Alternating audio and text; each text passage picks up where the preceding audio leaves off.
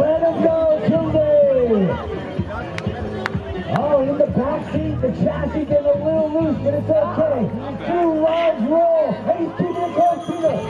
He certainly is out of Durham, Norwest. He's for the Romanowski Club, was a World Junior Champion as well. But boy, he is keeping it close. Oh, good speed, 124, but it's away. Interesting. Nobody can keep up with Axel through there, but if anybody can reel back Axel with his teammate, but things are getting worse. All right, Team Norway coming at you. Let's bring him home, David Cruz.